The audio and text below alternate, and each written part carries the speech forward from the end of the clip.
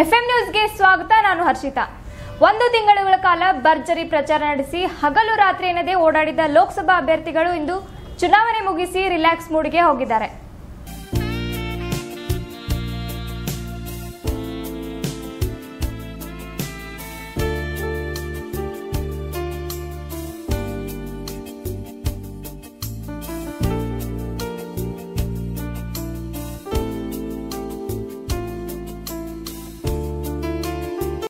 ಹೌದು, ಎರಡನೇ ಹಂತದ ಲೋಕಸಭಾ ಚುನಾವಣೆ ನಿನ್ನೆ ಕೊನೆಗೊಂಡಿದೆ.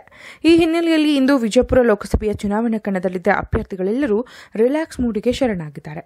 ವಿಜಯಪುರ ಲೋಕಸಭೆಯ ಮೈತ್ರಿ ಸರ್ಕಾರದ ಅಭ್ಯರ್ಥಿ ಸುನೀತಾ ಚೌಹಾಣ್ ಇಂದು ಬೆಳಗ್ಗೆಯಿಂದ ಮನೆಯಲ್ಲಿಯೇ ಕಳೆದಿದ್ದಾರೆ. ಮನೆಗೆ ಬಂದ ಕಾರ್ಯಕರ್ತರೊಂದಿಗೆ ಮಾತನಾಡುತ್ತಾ ಚುನಾವಣೆಯ ಫಲಿತಾಂಶದ ಕುರಿತು ಮನೆಯಲ್ಲಿಯೇ ಮಾಹಿತಿ ಸಂಗ್ರಹಿಸುತ್ತಿದ್ದಾರೆ. ಇನ್ನು ಬಿಜೆಪಿ ಅಭ್ಯರ್ಥಿ ರಮೇಶ್ ಜಿಗಜಿಣಗಿ ಕೂಡ ತಮ್ಮ ಮನೆಯಲ್ಲಿ ಕಾರ್ಯಕರ್ತರೊಂದಿಗೆ ಕುಳಿತು ಚುನಾವಣಾ ಫಲಿತಾಂಶದ ಕುರಿತು ಚರ್ಚೆ ನಡೆಸಿ ಮಾಜಿ ಶಾಸಕರೋರ್ವರು ನಿಧನವಾದ ಹಿನ್ನೆಲೆ ಅವರ ಅಂತ್ಯ ಸಂಸ್ಕಾರಕ್ಕೆ ತೆರಳಿದ್ದಾರೆ.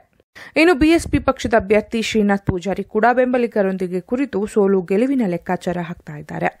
ಇನ್ನು ಚುನಾವಣೆಯ ಫಲಿತಾಂಶ ಬರಲು 1 ತಿಂಗಳ ಕಾಲ ಬಾಕಿ ಇದೆ. ಆದರೆ ಅಭ್ಯರ್ಥಿಗಳೆಲ್ಲರೂ ಗೆಲುವು ನಮ್ಮತಿ ಎಂಬ ಹುಮ್ಮಸ್ಸಿನಿಂದ ಇಂದು ತೊಡಗಿಕೊಂಡಿದ್ದಾರೆ.